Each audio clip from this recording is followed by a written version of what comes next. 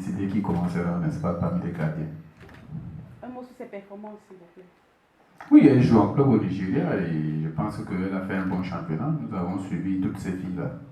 Et si elle est dans la dernière, ça veut dire que nous sommes satisfaits de ses performances en club. Merci parce que je ne me suis pas blessée. Aujourd'hui, je suis avec l'équipe nationale. Je pense que c'est le moment pour moi de me concentrer sur la compétition à venir et donner le meilleur de moi. Vous savez, au jour d'aujourd'hui, on ne peut plus jamais avoir, n'est-ce pas, les joueurs dont on désire sur un mois, 3 semaines, c'est compliqué, très compliqué. Pourquoi? Parce que les compétitions, n'est-ce pas, au niveau européen, les compétitions au niveau américain font qu'on ne peut pas, n'est-ce pas, avoir ces joueurs. C'est pour cette raison que la FIFA a décidé d'avoir toujours des fenêtres pour pouvoir permettre aux sélections, n'est-ce pas, de regrouper leurs éléments.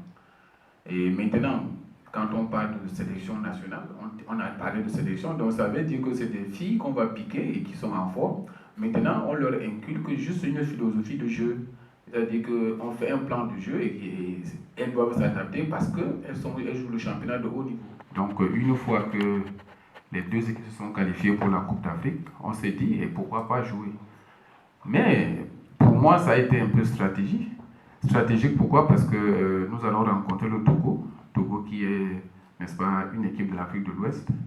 Et le match de la France, c'est beaucoup plus par rapport à l'acclimatation.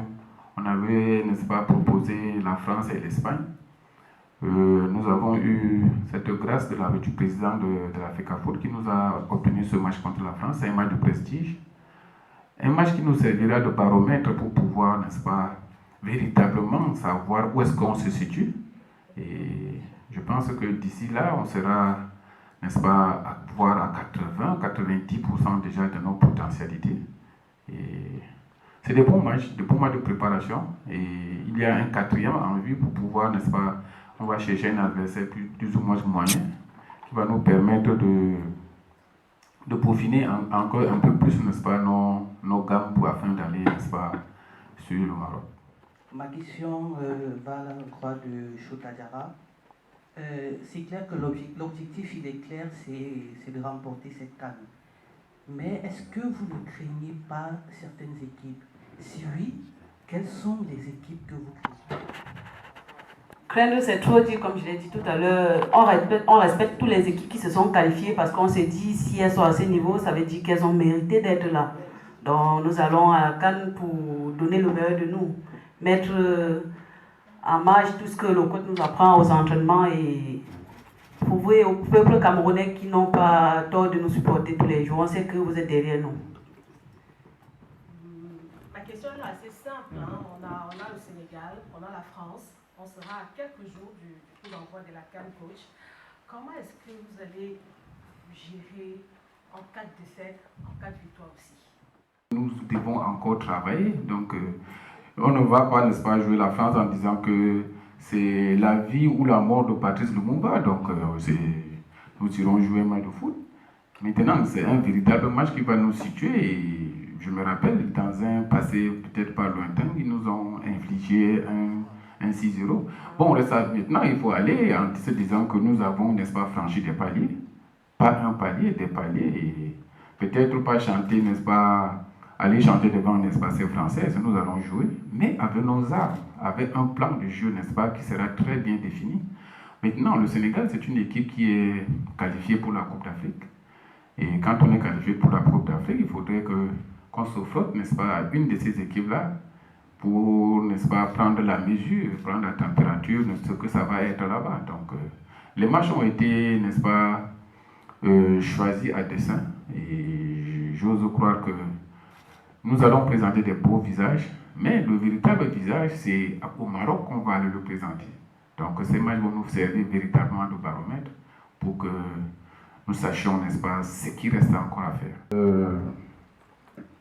Aller à une compétition, il faut avoir des ambitions. Chaque équipe qui va dans une compétition a ses objectifs. D'autres partent, n'est-ce pas, découvrir.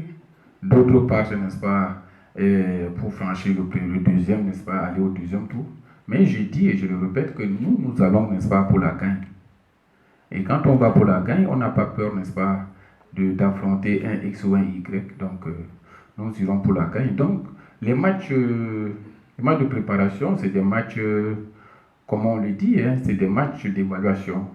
Des matchs d'évaluation. Et un match de football, c'est un tout. Un tout, ça veut dire qu'on regarde sur le plan physique, on regarde sur le plan technique, tactique et mental, si nous sommes prêts. Donc, nous allons essayer, n'est-ce pas, de voir tous ces paramètres dans des 2, 3, voire 4 matchs amicaux. Et de quel côté, n'est-ce pas, il va nous manquer encore un peu plus de travail. Qu'est-ce qu'il faudra travailler? Qu'est-ce qu'il faudra éliminer dans nos comportements? Et je pense que d'ici là, au sortir de ces matchs-là, nous serons, n'est-ce pas, situés, parce que je suis sûr d'une chose, que nous ne sommes pas, n'est-ce pas, des nains. Donc on verra, on saura qu'il y a tel problème à tel niveau. Donc tenez-vous tranquille, nous allons nous préparer le mieux possible.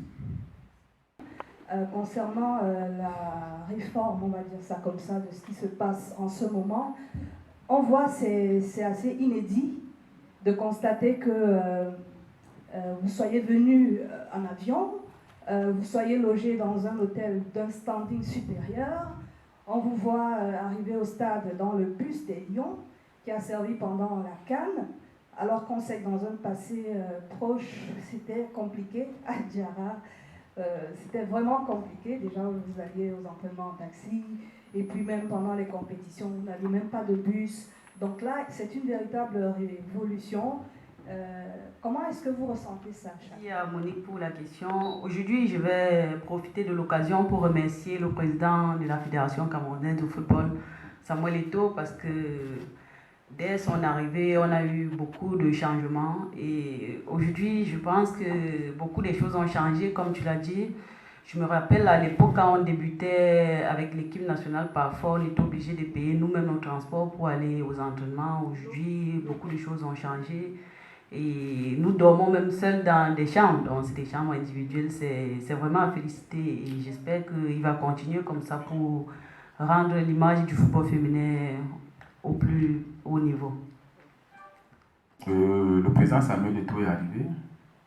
Je vais vous raconter, n'est-ce pas, une petite histoire. Donc, nous étions logés à Bangomo, où il n'y avait pas de l'eau, il n'y avait pas de lumière. Les filles étaient obligées de sortir, n'est-ce pas, aller faire des... Mais quand je le lui ai dit, il a demandé directement que coach, vous voulez aller dans quel hôtel? Voilà sa réaction. Vous voulez aller dans quel hôtel? Dis-moi. Donc, c'est pour vous dire quoi? C'est pour vous dire qu'il est arrivé, il est en train de rénover les choses. Il a considéré les femmes. Il a considéré les femmes parce que dans un passé, où j'ai dit que très récent encore, n'est-ce pas, quand on parlait du football féminin, ça dit que c'est à peine si on regardait. Donc, au jour d'aujourd'hui, on est fiers de, n'est-ce pas, d'être à la tête de cette sélection-là. On est fiers d'être avec ces filles. Pourquoi? Parce que la hiérarchie est en train, n'est-ce pas, de rétrécir l'écart qui, n'est-ce pas, existait entre les hommes et les filles. Donc, moi, je suis très flatté et vivement, n'est-ce pas, que Dieu lui plaide vie pour que les femmes aujourd'hui soient reconnues comme telles. N'est-ce pas, à la tête de la fédération, un mec qui a tout gagné. Quand on est à la tête de la fédération, un mec qui connaît le foot, et je pense que la pression qu'il met, c'est à l'image de sa personnalité. Il voudrait que tout le monde, n'est-ce pas, en entrant sur un terrain, doit mouiller son maillot. Et au jour d'aujourd'hui, je pense que le message est compris, et ce n'est pas seulement au niveau des hommes. Ces filles savent effectivement que le président en demande plus, et le président, ce n'est pas pour lui, c'est pour le Cameroun. Il demande ces résultats pour le Cameroun. Donc, ces filles représentent la République, et elles se doivent, n'est-ce pas, de mouiller les maillots, d'être à la hauteur. La pression qu'on met, elles doivent digérer cette pression-là pour la rendre positive. Il faudrait que cette pression soit, n'est-ce pas, une pression positive. Il ne faut pas que ça, elle soit inhibée par la pression. Alors quand on est inhibé par la pression, ça veut dire qu'on n'a pas les épaules pour aller gagner la Coupe d'Afrique. Donc elles vont bien digérer cette pression. Savoir que le président veut le résultat, il veut la Coupe. Savoir que le Cameroun veut la Coupe. À Diarra, on n'a pas beaucoup de temps souvent à partager avec les Lions comme vous. Est-ce que vous pouvez nous raconter aussi une petite histoire, comme celle que le coach vient de nous raconter, juste une petite, Parce qu'il y a eu quelque chose quand même qui s'est passé. Vous avez gagné difficilement la RCA ici à Douala dans 2 matchs. Mais dans un tour qui est beaucoup plus compliqué, vous avez marqué 8 buts. On a même vu des gens qui sortaient du banc de touche et qui insistaient pour marquer des buts. Il y avait, pourtant le président de la fédération s'était assis avec vous le matin au petit déjeuner. Il y a peut-être une petite histoire à nous raconter. Constamment, ce n'est pas seulement les deux. Il y a d'autres équipes qui ont gagné, mais 2 qui gagnent constamment, je pense que aujourd'hui les choses ont changé. Il ne faut pas comprendre que ce n'est que le Nigeria, comme vous avez peur d'appeler le nom, le Nigeria qui gagne toujours. Non, il n'y a que 2 qui ont gagné. En tout cas, il n'y a que 2, le Nigeria et Guinée équatoriale. Ok. Et je dirais qu'aujourd'hui, les choses ont changé. Donc, j'ai des coéquipiers qui sont des Nigériens, j'ai des coéquipiers guinéens. On joue ensemble, je ne pense pas qu'elles ont 3 pieds, on a 2 pieds. Aujourd'hui, on joue dans les mêmes championnats, on partage tout ensemble. Donc, je pense qu'aujourd'hui, nous avons un bon championnat au Cameroun. Nous avons des filles qui sont capables de jouer au même niveau avec ces filles. Donc aujourd'hui, on a une très bonne équipe et avec beaucoup de jeunes qui sont là, qui impressionnent vraiment dans le championnat camerounais. Je pense qu'on a un très bon groupe et nous allons créer une grande surprise pour la Coupe d'Afrique au Maroc. Qu'est-ce qui s'est passé le matin du match de Cameroun-Gambie? Le 8-1. 8-0. 8-0. Quelque chose s'est certainement passé. Rien de spécial, on prépare les matchs comme d'habitude. Le matin, on a le petit déjeuner, on a une petite marche et après la réunion avec le coach et puis on va au stade. Donc je pense qu'on avait quand même une motivation de jouer ce match avec toute la rage. C'est pas pour dire qu'on n'a pas l'habitude de jouer les matchs avec la détermination, mais ce jour, c'était vraiment particulier pour nous.